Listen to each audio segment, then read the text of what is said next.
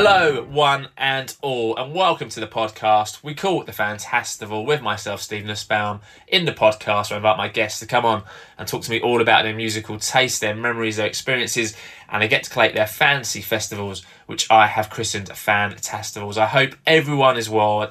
Before we start talking to our current guest, just want to shout out my last two guests on the podcast. I had Chris and Dan on from the wonderful October Drift. They were on in 174. I love that band. They got an amazing new album out. They're an exceptional live band. So if you haven't listened to the episode, please go back. Also, listen to their album and buy a ticket for their upcoming UK tour. That's going to be an exceptional run of dates that those boys are doing. So that was 174. I'm delighted to do 175 for you this week. And this week, I'm delighted to introduce this gentleman from the awesome Sunstack Jones. Ladies and gentlemen, it's Chrisy Jones. Hello. You're right. All good, Chris. Welcome to the podcast. Delighted to have you on. Thank you. Loving the new single. Looking more than forward to the new album. We're going to find out all about it. But before we do, I always like to check in with my guests to make sure they're all good from a mental health perspective. I think it's really important we talk about it. So to start off with, Chris, mate, how are you? I'm okay, thank you. Not too bad. Yeah, how are you? No one ever asks how you are. How are you? I'm alright. I think it's really important to talk about mental health. I think this week it's quite relevant to me because when this goes out, I've actually got a funeral to go to for someone who sadly was taken away from us. So I think it's more than important. But other than that, you know, keep fighting the good fight, keep going on. But thank you for asking, Chris. Much appreciated. Yeah, I'm okay, thank you. Much appreciated. So let me take you back to kind of your early music memories then, Chris. What do you remember about being young and music around you? Well, my mum and dad had one of those like old wooden record players in the back room, and they had really bad taste in music, is what I remember. Richard Clayderman tapes. It was a record player with a tape on the top. A load of Richard Clayderman tapes, and I think they only ever really listened to top 40 music, and they didn't really buy a lot of it. So I remember somehow taping. Do you remember Airwolf? I mean, we're going back a long time. Yes, I've got a mate who still speaks of Airwolf in like the highest order of any TV program that he's ever watched. Well, he loves it. It was a good theme tune. It was. So I remember taping over my mum. Like, you know, you could put sellotape on the top of cassettes, couldn't you? And I'd moved the whole unit thing by the telly and record over my mum's tapes with like the Airwolf theme tune and narrating Street Hawk myself, stuff like that. So yeah, TV themes. And naturally, I guess that leads you on to music, right? So the Airwolf theme, and you're like, yeah, music is awesome. I want to be a musician. So tell me about kind of your development in learning instruments. When did you kind of get your first taste of kind of learning an instrument? Or what made you want to pick up an instrument? I think I always wanted to play piano as a kid because I was obsessed with Madness. And I mean, the piano heavy tunes, those, aren't they? You know, I'd have it on and like we might, you know, pretending to play along on a desk or whatever. But I think I had to go once and it was just too hard. And then in a music class in secondary school, we had to do a report on a favourite band, and I did one about Madness. And then one of the girls in my class, Becky Daniels, I haven't seen her for 100 years, she did it on the Beatles, and she brought in A Hard Day's Night on video, and we watched some of that in the music class. So I think I was probably about 12 or 13, and I was just like, that is the greatest thing. She let me take the video home. So I suppose like a lot of people, the Beatles at that right age just really hit and made me want to be a Beatle, which I still do want to be a Beatle. So like the Beatles tunes in the first, I guess you kind of learn on the instrument, or were you learning other tunes before? I still can't play any Beatles tunes. They're dead hard, aren't they? You can play a bit of them, and then it gets to a change, and you're like, oh, there's 9 chords in that bit. I'll probably A Hard Day's Night, the verses maybe, but then when it gets to a funny shape B or something, it probably bogs up. I think it was more like the first 2 strings, you know, Come As You Are. Yeah, and you'd play along with like Nevermind, but on 2 strings. That's basically where I started, and I've not really developed much further since then. I haven't. I'm sure you have. So I guess in terms of kind of bands, then did you do the cover band thing before you started writing your own material, or did it just naturally go straight into kind of writing your own stuff? Well, again, that'd be in school. So as soon as I could, I did start trying to write songs, which were very much aping like the kind of stuff. Well, I suppose that's what most people do. It'd be so straight away. Our school band was like a mix of covers and inverted commas originals, which were just crappy versions of the crappy songs we were playing. You know, but I remember people saying, "Oh, what was that tune?" It was like, "Oh, we wrote that one." I mean, you know, if you're playing a Sea Horses tune or something, it's not that hard to write one that sounds like it, even as a 14-year-old, because they were shit. I remember being in like a school band, and we done "Love Is the Law" was like a staple if you grew up in the 90s and was in school. You had to perform in a band. So when did I guess you start to take it like seriously and go, actually, I want to take my tunes forward and I want to do something in music? When did it become, I guess, from a hobby, from a school band to actually something like, I feel like I could do this? Well, I don't know. I think, or even then, it was just like, I'm going to do this. But, you know, this is donkey's years later, and anyone can do it, can't they? And it was just the idea of not doing it is more of seems harder, because I don't know, we just keep ploughing away. It's not like we sell billions of records or loads of people have heard of us, but we think what we're doing is good, so it just compels you to keep trying to make a better one. Yeah, for years, it's been. I just always thought that I'd be in a band. I thought I'd be retired on a yacht by now, but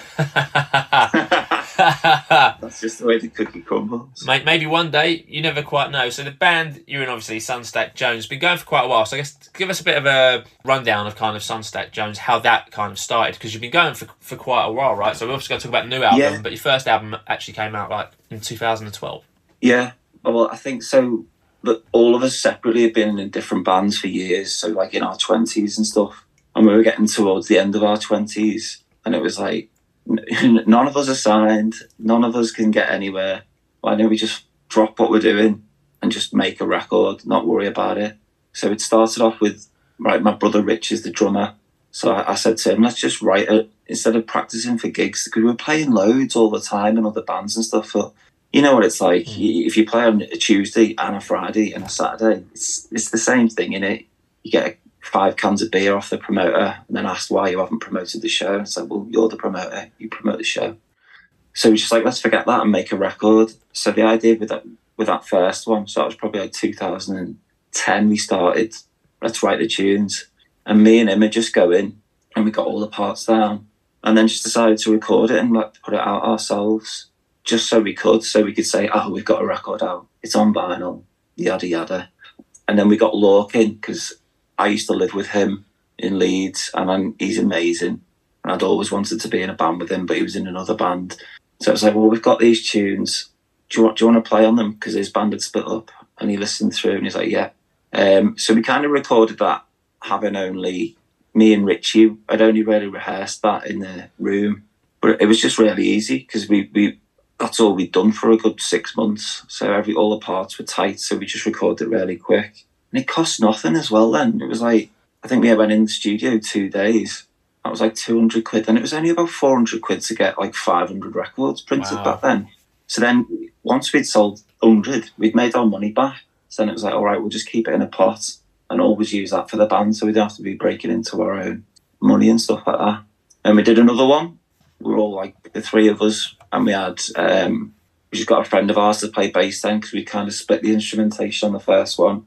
Started playing live a little bit, because we still weren't really asked about playing live. It was just to make records, because, you know, we're all obsessed with records. And then it wasn't until like when we had the third one ready, and I thought it was like a noticeable shift, that it was a lot better than the first 2. And we thought, we should try and get a label to put this out. And we just kind of ran into Anne from Delta Sonic, and she said she'd put it out. And then we got Nick from the Verve, like, mastered it and stuff. Things just fell into place without trying that hard, really, which is how I thought it would be when I was 14. But yeah, there we go. And we did another one. Now we've got another one. So the last one was Golden Repair. That came out in 2020, and that had some really good reviews, right? So some really kind of top end good reviews, and it featured on a Tim's listening party, which is I think that's an amazing achievement. Yeah, it was cool. We did a listening party for that, and then they invited us back because they said it went so well, and we ended up doing another 2. So I think we did Golden Repair, then we did the self-titled one, which is the third one, and then we did the first album. Skip the second one because I'm not mad on that one. And then he invited us to tour with him as well. It was cool. Good. Yeah, what's he like? Obviously, he's on Twitter. He's a big pusher of new music. What is it like touring with someone like as established and as high profile as Tim? The same as touring with anyone, I think. There was no like P Diddy parties or anything like that. all in the white suits. Well, that we weren't invited to them. Maybe that's where he was.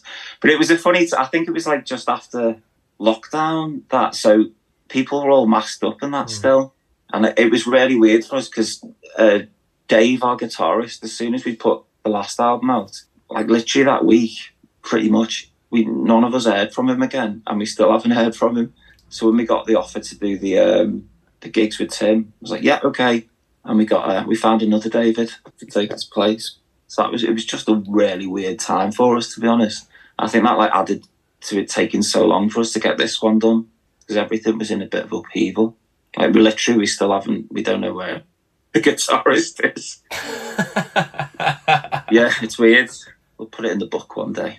Absolutely, a book I look forward to reading. So you mentioned the new album. So Luminous Hands is on the way. It's released on Friday, the 25th of October. Just the one track out so far, the self-titled Luminous Hands one, which is fantastic. So congrats to you and the band on that. So I guess tell us about the album and the thinking behind the album, because 4 years is quite a long time, isn't it? I guess to not. Yeah, it's crazy, man. Like second coming or something. I think just because of the way that panned out with, so the last one came out in lockdown, and then it was hard to see each other. And Lork moved further away to Yorkshire.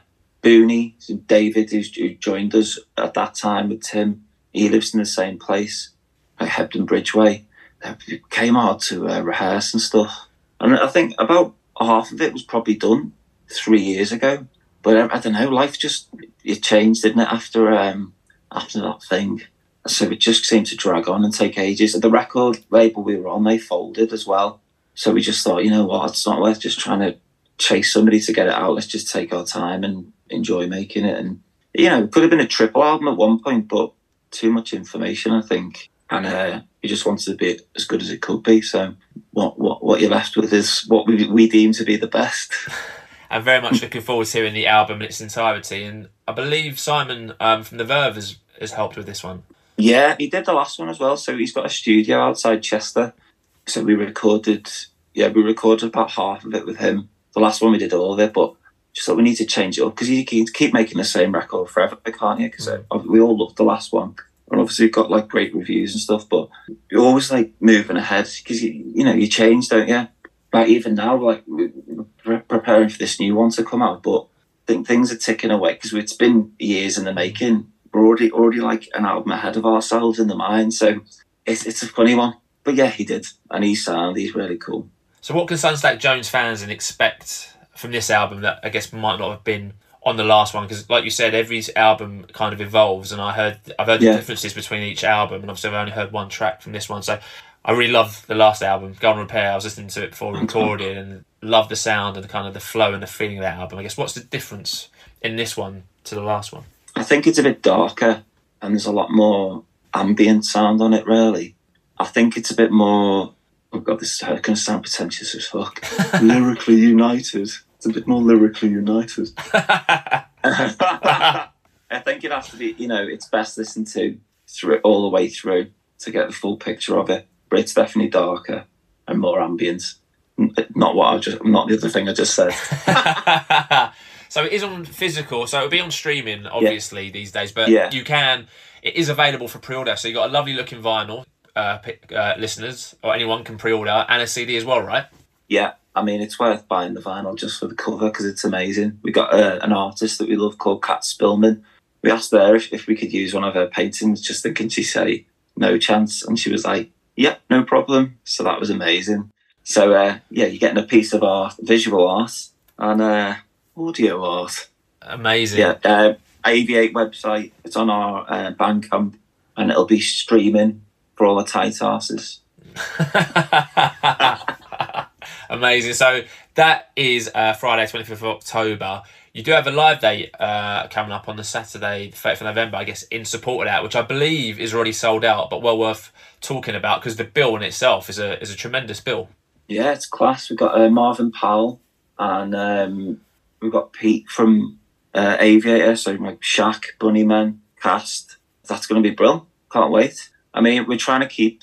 I mean, it's not hard, is it? We're trying to keep like playing live to a minimum now, really, because it doesn't really pan out that well for you. You know, you're going all over the country.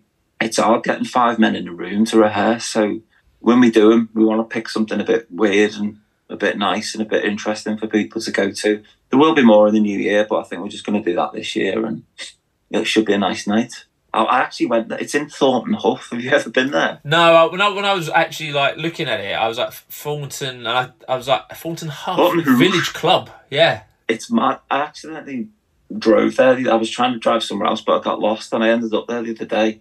It's literally, it feels like you're in the middle of the countryside. And since the last time I've been, the local shop's gone, so there's literally just a pub and this village club and like a bowling green.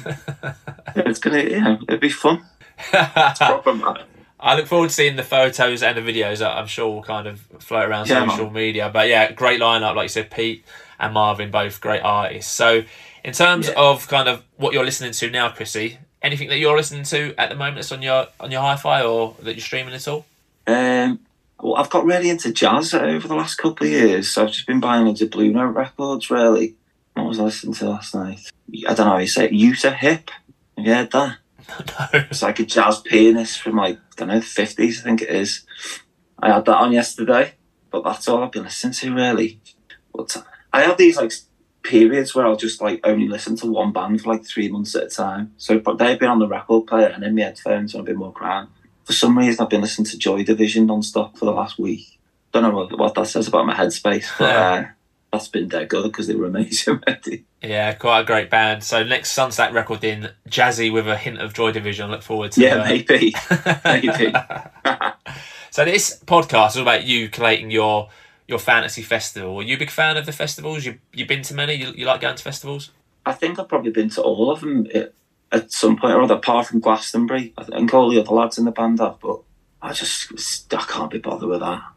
Now, I used to love them at the time, but the recovery period's too long, innit? I can't do them now. I know we played one a couple of years ago. Can't remember what it was called. It wasn't for me. Waking up in a tent all soaking wet and that. Nah, not a fan. Not for you. I'm a fan of this one, though. This one's going to be very good. Yeah, I can imagine. All right. So as any listener knows, or any new listeners hopefully know, the aim of the Fantastival Podcast is getting our guests to collate their fantasy festival. So Chrissy gets to choose any 5 acts, one of whom must play one of their studio albums in full, plus an encore, which all 5 of his acts can pull together to close his fantasy festival with any song by any artist. So very simple, 5 acts, take 5 time slots. So in the last episode, like I said, I had Chris and Dan on from October Drift. They collated their Drizzfest Fantasy Festival, and they had, for the first time ever opening a fantasy festival, we had a tribute band. So we had the Australian Pink Floyd. So we didn't want Pink Floyd, we wanted the Australian Pink Floyd on. I listened to that. That was a ludicrous shout, October Drift. Just, what? No. Why would you not have the real Pink Floyd? I know, I loved it. I love the thinking behind it, though. Super Seconds, we had King Charles, Midway Madness, Ben Howard, pre-headliners, the Smashing Pumpkins, and for their headline act, they went for the National and had all 5 of those acts play Liberate the Illiterate by Biffy Clyro. So that's very simple, and that's how it works for any of our first-time listeners. So, Chrissy, you get to collate yours this week, but before we do, you get to give your fantasy festival name and a venue. So what are you going to call your fantasy festival? I'm calling it Hoylake Beach Party. Bootleg Beach Party? No, Hoylake Beach Party. Hoylake Beach Party. It's literally where I live. Is there a beach there? I don't like travelling. I take it. I've seen a poster around for some awful event that's happening, and that's the name of it. And I saw it, and I thought that is perfect. We're even going to use that poster and everything. Just put wherever it says the local act that's playing. We're just going to have the name of these 5 acts podged over it. I love it, and obviously taking place in at Hoylake Beach. I take it. No, it's not. It's taking place in. It's taking place in Hoylake Rugby Club. All right, Hoylake Rugby Club. Yeah, cheap bevies. It's not very big. Nice and easy. 2 minutes from my house. I was just going to say, you can get home nice and easy. You don't have to deal with any. I love it. All right, going to Rugby Club. Hoylake Rugby Club. I love the sound of it. Before we talk about the 5 acts, any acts who you want to give an honourable mention to, who you love but just aren't coming to Hoylake for us? I mean, there's loads, isn't there? Scott Walker, Nas, John Coltrane, Syd Barrett, The Byrds, The Beatles, everyone who's not playing. Amazing. No Stone Roses, there's no Lars, there's no Australian Pink Floyd. Not doing 2 in a week with the Australian Pink Floyd. All right, there's some big acts, big acts missing out, and a good kind of spread of different genres missing out as well. All right, I'm looking forward to getting your 5, Chris. All right, it's 2:00. Hoylake Rugby Club is full to the rafters. Everyone's having a great time. Everyone's crammed in there. 2:00. Everyone's waiting for your opening act to come on, Mr. Jones. So, who's going to open your fantasy festival? Okay, Acetone are going to open the festival. All right, and so why Acetone for you opening your fantasy festival? What are they going to bring to? Well, it's 2:00, isn't it? 2:00 will be starting, yeah. Yeah. So it's just, we're going to just mellow into it in the afternoon. So you've already had 3 or 4 bevs, strong ones and cheap ones from the Hoylake Rugby Club. So I think they'll just be a nice starter. Ease into it, get everyone get a mellow on, and we'll take it from there. All right, Acetone, first time they've been picked for Fantasy Festival lineup. So making their Fantastival Podcast debut. They're going to play for us and open proceedings at Hoylake Rugby Club from 2 till 3:00.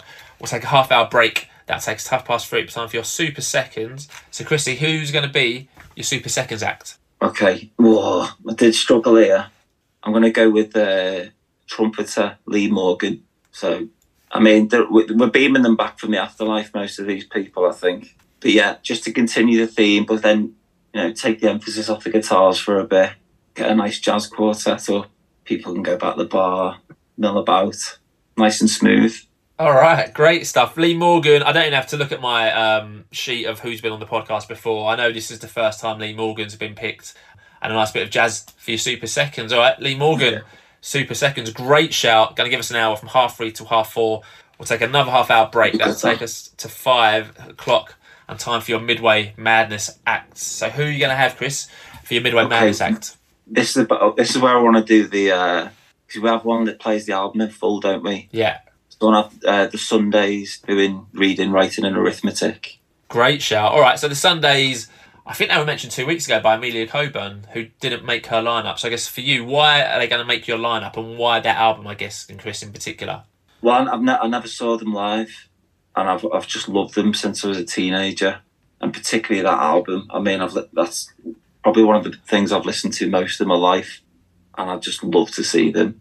I just think they were amazing, and I think a nice change up of energy there after the jazz, get everyone bopping a little bit.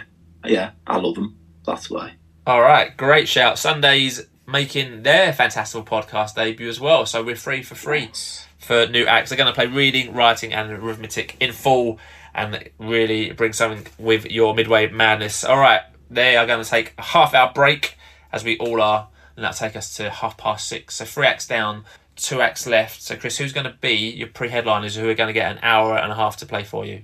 Oh, an hour and a half, is it? Amazing. A Tribe Called Quest. Oh, great shout. All right, Tribe Called Quest. Why them for you then, Chris? Well, they're just genius, aren't they? I just think that, we're kicking off, getting up towards the summit now, so we need the energy to go up. Who better to do it? Get the whole crowd going. It'd just be amazing, wouldn't it? Especially in Hoylake Rugby Club. It'd be mental. So, one of the best bands ever. Never seen them. Love to see them. So we'll have them on here. All right, they're coming to Hoylake. They're doing it. And again, first time they've been called up for a fantasy festival as well, unbelievably. So they're coming. They're going to give us an hour and a half. It's going to be awesome. They're going to take us to 8:00. We're going to take one more half-hour break. And it'll be time for your headliners to take the stage at the rugby club and give us 2.5 hours to remember. So, wow. Chris, who are we going to go for? Who have you chosen to headline the Hoylake Beach Party? I mean, I'm there now. I'm really enjoying this. It's good. These have definitely been on here before. I've heard these mentioned before, but I can't know. The Doors. All right. The Doors, the headline. Why are they your headliner then? Why have you gone for them to be your headline act? One of the greatest bands of all time. I think with what we've had before as well, there'll be a bit of a theme of long meandery things. So, by this point, people are going to be well bevied. They're going to love it. Jim's going to be bevied, isn't he?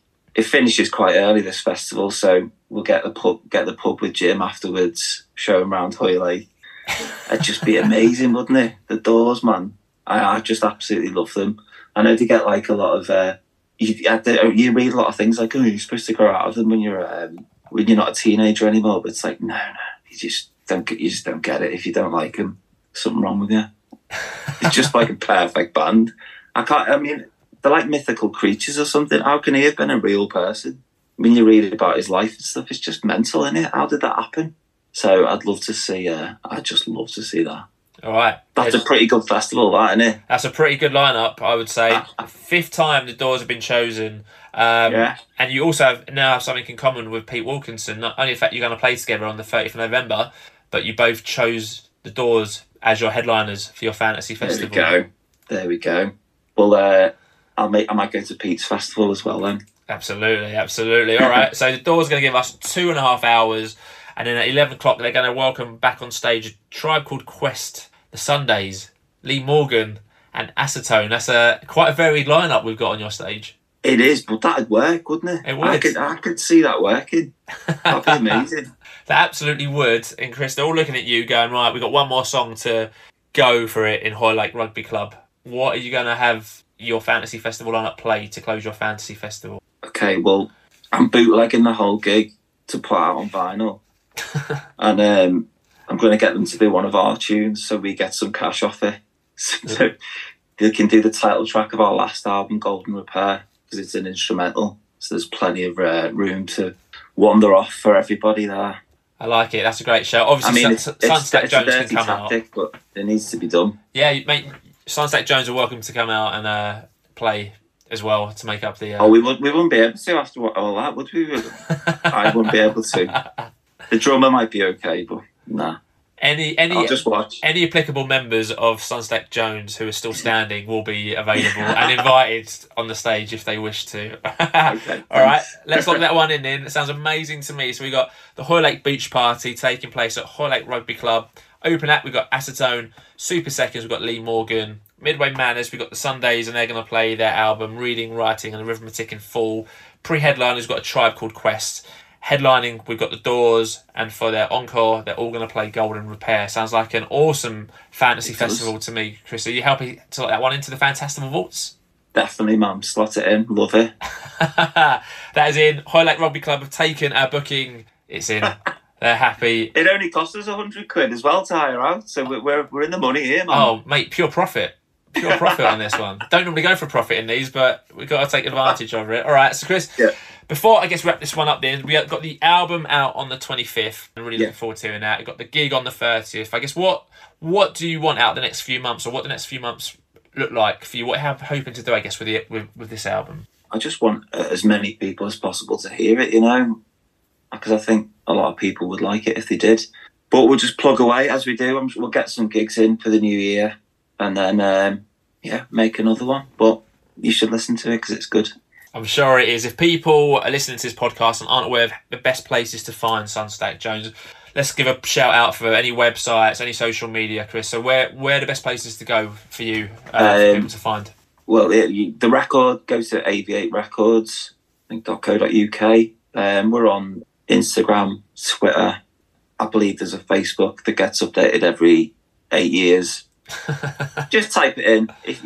If you want them, we're like the 18. You can find us.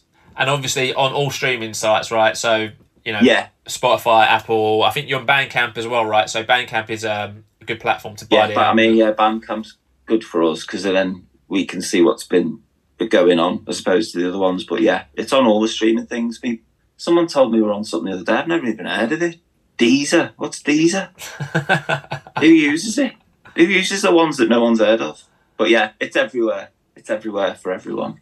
Brilliant, as it should be. So that is it. Thanks to everyone for listening to the 175th episode of the Fantastival Podcast. If you've enjoyed this, please subscribe, give the podcast a review. You can do that on iTunes. You can also follow the pod on Spotify. You can also rate the show on Spotify as well, or leave a comment on the episode. So thanks to Kimbo for last week, and to Paul Hammond for leaving their comments about the October Drift episode. Much appreciated. As well as Sunstack Jones being on Twitter. So is the pod. We can be found at Fantastival P.